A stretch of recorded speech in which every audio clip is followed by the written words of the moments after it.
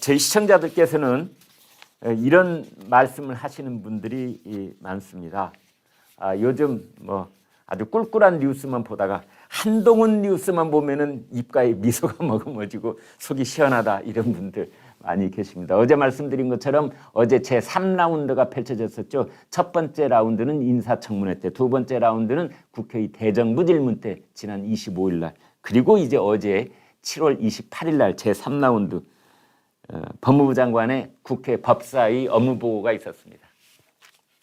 그래서 인사검증, 그러니까 법무부에 지금 인사정보관리단이라는 것이 출범이 돼 있는데, 그것이 권력 아니냐 뭐 이렇게 이제 말들을 국회에서 하니까, 아니다, 그게 무슨 권력이냐, 오히려 욕먹는 자리다.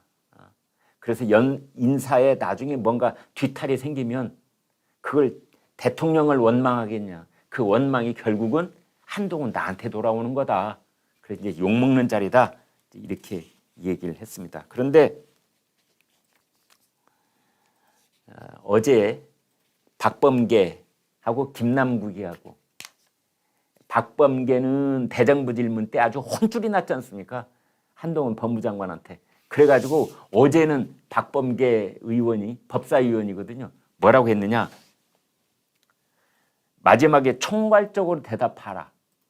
그러면 자기 얘기만 계속했답니다.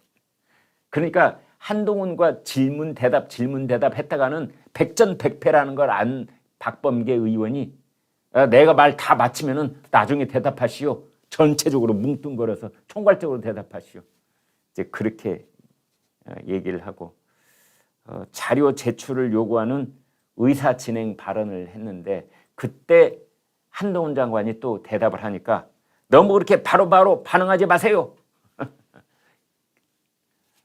그러니까 아예 한동훈 법무장관이 입을 딱 이렇게 닫아놓게 하려고 하는 이제 그런 일이 있었고, 어제 김남국 의원이 이제 이런 시비가 붙었던 겁니다. 인사혁신처가 해야 될 일을 이제 위임해서, 의뢰해서 법무부의 인사정보관리단이 일을 한다라고 한동훈 장관이 설명을 하니까, 우리들의 김남국, 엑스맨 김남국 의원이, 더불어민주당이죠, 이렇게 전문성이 없어가지고 인사검증 하실 수 있겠어요? 내규가 있어야지. 이렇게 푹 찌르고 들어간 겁니다. 그러자 한동훈 장관이, 문재인 정권 5년 동안 그렇게 했습니까? 왜냐하면 문재인 정권 5년 동안에도 인사혁신자가 해야 될 일을 민정수석실에 위임하고 의뢰해서 했던 거거든요. 그렇다면은 김남국 의원, 문재인 정권 5년 동안에도 실력 하나도 없고 내규도 없는 민정수석실이 그걸 했는데 지난 5년에도 그렇게 했던 거요? 라고 반격을 했는데, 김남국 의원 할 말이 없는 거죠. 뭐하러 붙습니까? 김남국 의원도 참 딱합니다. 박범계 의원처럼 그냥 대답하지 마세요, 근데 할 말만 할게, 그랬어야 되는데, 김남국 의원, 아이고 참. 또 그러자 이제 이렇게 얘기를 했답니다. 김남국 의원이, 여기가 무슨 동네 구멍가게도 아니고, 이렇게 이제 한동훈 장관을 나무래자 한동훈 장관이 또 이렇게 되받아 줍니다. 지난 5년 동안에도, 그러면 문재인 정권 지난 5년 동안에도 인사검증 구멍가게처럼 해왔다는 말씀인가요? 네. 아무튼 그래가지고 뭐 김남국 의원도 호통 한번 치려고 폼 잡았던 것 같은데, 한동훈 장관이 호통을 치실 거라면 제가 듣겠는데요, 답을 들으실 거라면 저한테 답할 기회를 주셔야 됩니다, 이렇게 대답을 했다는 겁니다.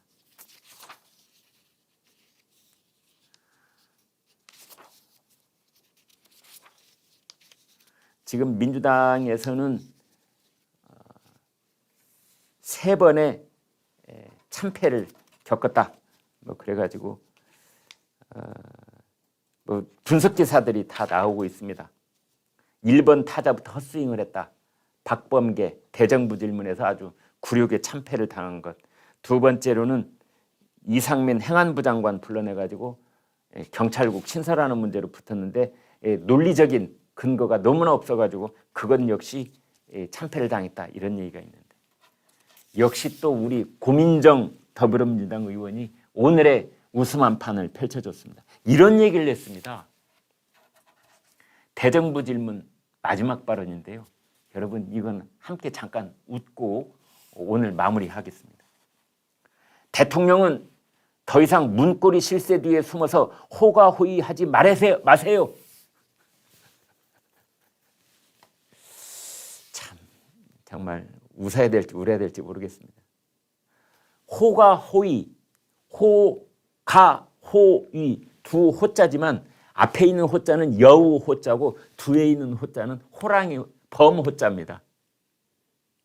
그러니까 호가호위라는 것은 여우가 호랑이의 위세를 빌려서 실력도 없는 것이 마치 권한이 있는 것처럼 뽐낸다 그런 뜻입니다. 그러니까 고민정은 사자성어를 완전히 거꾸로 해석한 거죠. 거꾸로. 그러니까 문고리들이 대통령 앞에서 호가호위하는 거지 대통령이 어떻게 문고리 앞에서 호가호위를 합니까? 그래서 역시 또 우리 고민정 의원이 많은 저희 시청자들로부터 실소를 금치 못하는 그런 또 멘트를 해가지고 아주 지금 굴욕을 또 견디고 있는 중입니다. 자, 이제 문제는 다시 국민의힘으로 돌아와서 이런 것들은 이제 나중에 다 밝혀지겠지요. 윤석열 대통령 지지율이 드디어 28%. 그러니까 윤석열 대통령 취임 이후 처음으로 20%대로 떨어졌습니다. 근데 윤석열 대통령 뭐 곧 휴가 간다고 그러죠. 대개 대통령 휴가는 7말 8초에 갑니다. 오늘이 금요일이니까 어쩌면 뭐 다음 주에 가는지 뭐 아직 확인된 건 없습니다만 휴가를 가기는 한다고 그래요. 지금 이런 상황에 대통령이 휴가를 가셔도 되는 건지 모르겠는데 아마 가야죠.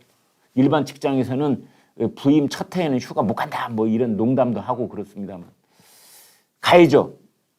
뭐 그동안 애쓰고 뭐 여러 가지 일을 했기 때문에 가야 되는데 저 지지율이 28%까지 내려가는 것은 두 가지 요인이 있다고 봅니다. 하나는 윤석열 대통령이 포퓰리즘적 정책을 거의 하지 않고 있습니다. 그러니까 계속 국민들로부터 또는 이해 당사자들로부터 원성을 들을 만한 일들을 다 하고 있습니다. 따라서 그것은 당연히 지지율에 좋지 않은 영향을 주는 겁니다. 지지율만 생각한다면 하지 말아야 될 일들이 많이 있는 거죠. 그 다음에 두 번째는 뭐냐?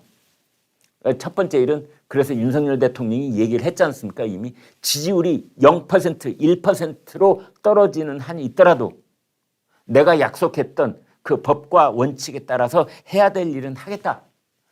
윤 대통령이 이미 다 얘기를 했습니다. 그 다음에 지지율 28%의 두 번째 원인은 뭐냐? 권성동하고 이준석 때문입니다.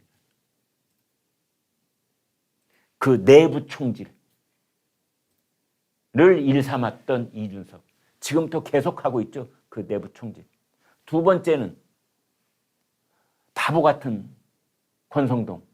그냥 트러블 메이커입니다. 트러블 메이커. 정치부 기자들한테 취재를 했더니 권성동은 사람은 참 좋답니다. 사람 좋고 그다음에 과거에 공천 못 받아서요. 공천 탈락의 아픔도 맛본 적이 있는 사람입니다. 그래서 무소속으로 출마해가지고 강릉에서요. 당선이 돼서 다시 국민의힘으로 복귀를 한. 그래서 어떻게 보면은 공천에서 탈락되는 것이 얼마나 큰 아픔인지를 본인이 알고 있는. 그래서 어떻게든 당권을 쥐려고 한다.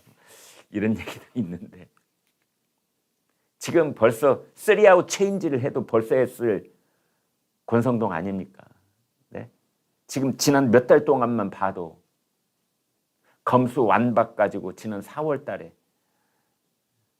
야당하고 합의했다가 그때 잘못했습니다. 사과했죠.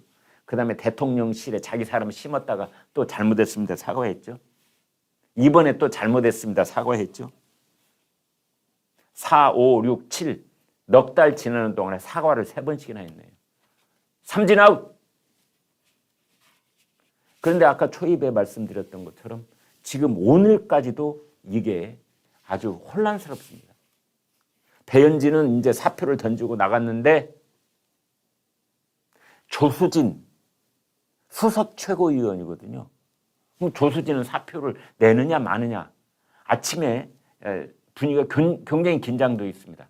그래서 저희가 새로운 뉴스가 나오면 여러분께 전해드리겠는데요. 왜 이 최고위원들이 중요하냐. 7명 중에 과반 4사람 이상이 사표를 내면은 지도체제가 무너진 것으로 간주를 해서 비대위원회를 꾸려야 된다라는 얘기가 있는가 하면 또 이 당 사무처에서는 아니다. 최고위원이 한 명만 남아있어도 그건 당 지도체제가 살아있는 것으로 본다. 뭐 이런 의견도 있기 때문에 좀 복잡합니다. 아무튼 과반 이상이 사표를 던지느냐 마느냐 이게 관건의 하나로 이제 알려져 있었고요. 그 다음에 그 친윤계로 알려진 박수영 의원이 있습니다. 초선 의원인데 이런 얘기를 단톡방에 띄워놨습니다. 대통령실이 비대위 꿀이라고 했다. 대통령실이 그런 말을 했다는 것은 곧 윤석열 대통령의 지시다. 이제 이렇게 얘기를 하고 있는 거거든요. 그래서 조금 전에 말씀드린 것처럼 어젯밤에 아주 난리가 났었다는 거 아닙니까?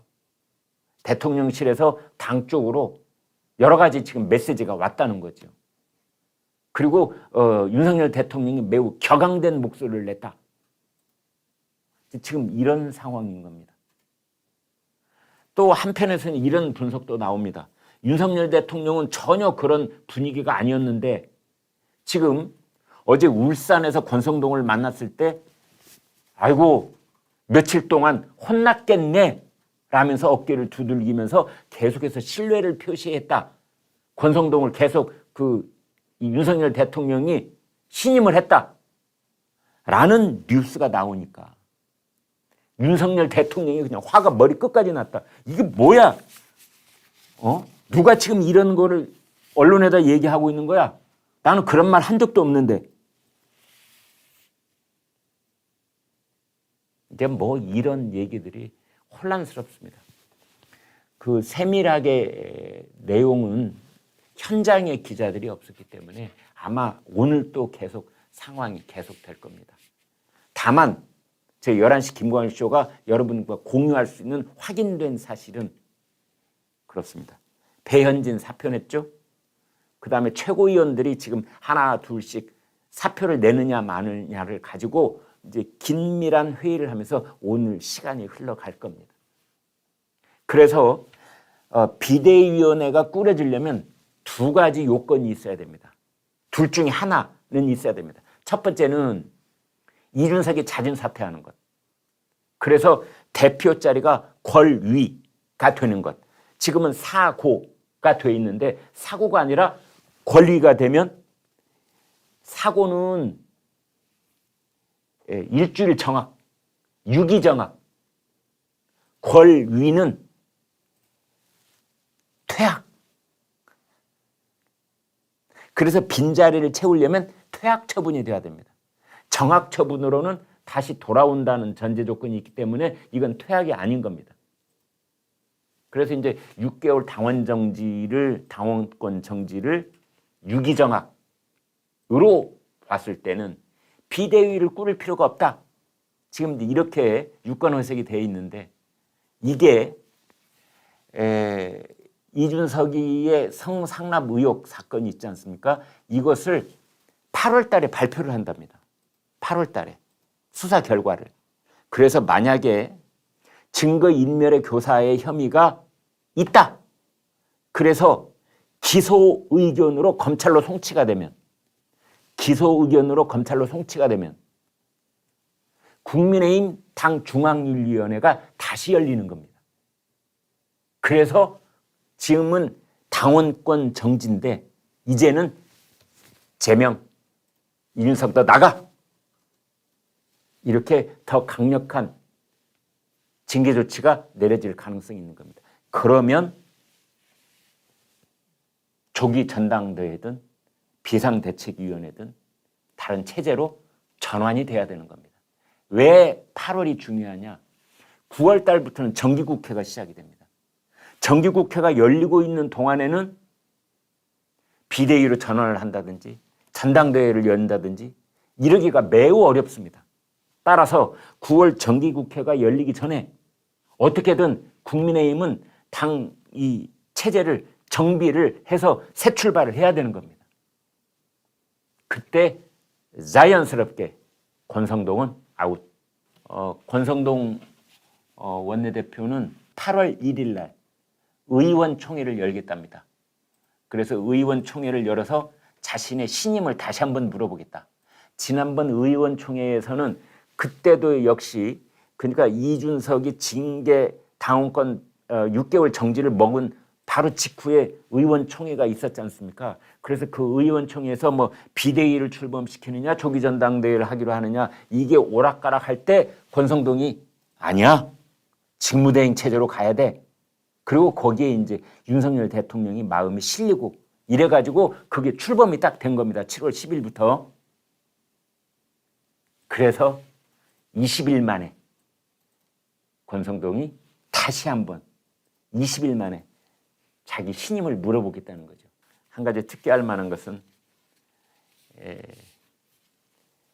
김기현 의원은 조기 전당대회를, 안철수 의원은 권성동 직무대행 체제를 지금 지지하고 있다. 그런 얘기가 나와 있습니다.